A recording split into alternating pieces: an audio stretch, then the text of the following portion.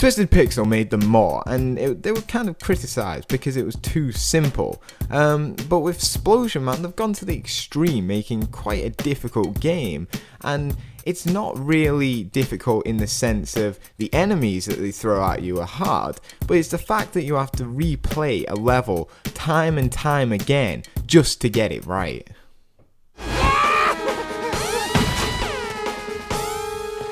So it's your basic 2D/3D side scrolling.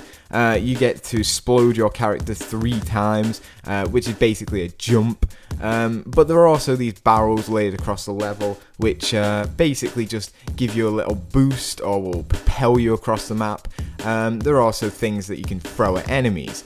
And, you know, because it's a side-scrolling game, it is just get from point A to point B. This isn't a bad thing, obviously, because it's a side-scrolling platformer, but it's just the fact that because you're set in this one location, you don't get a varied look to the levels. You always get this kind of repetitive space laboratory look, which it kind of weakens the game a bit, because you kind of want that little change in location because you're just spending your time running across it.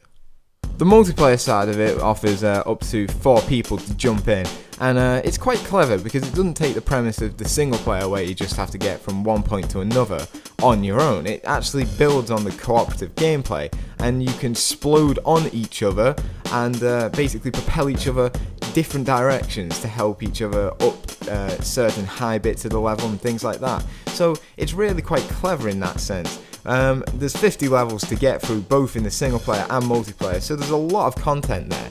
But like I said earlier, it's the fact that after about World 2 you will start to get a bit fatigued, and after this you start to realise that you're just really repeating some of the same puzzles, and again you'll start seeing this when you get to these trial and error stages where you just keep dying and dying and dying, but this doesn't seem to affect the game that much when you're in the multiplayer because it's just a lot of fun.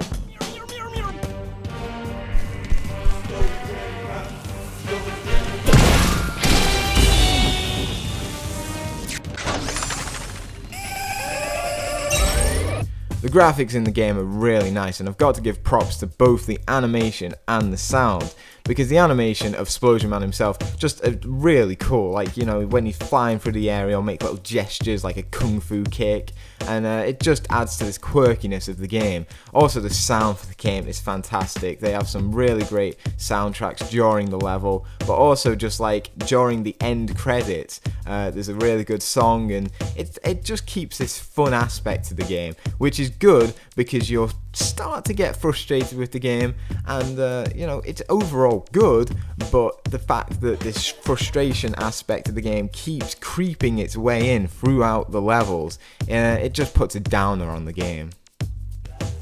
Time to die.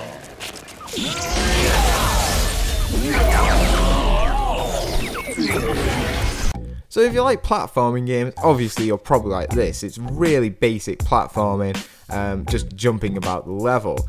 However, if you are someone with a short fuse, then maybe you should stay away from this game, because it does offer some quite difficult boss battles at some times, and especially during the end boss battle, you can just find yourself just getting more and more frustrated, and when you get frustrated in this game, you just kind of start rushing it, so you die more often. So overall, Splosion Man is a fun game. It offers some really clever puzzles, and if you can look past the frustrating parts, what you have is a game with a lot of content, though a bit repetitive.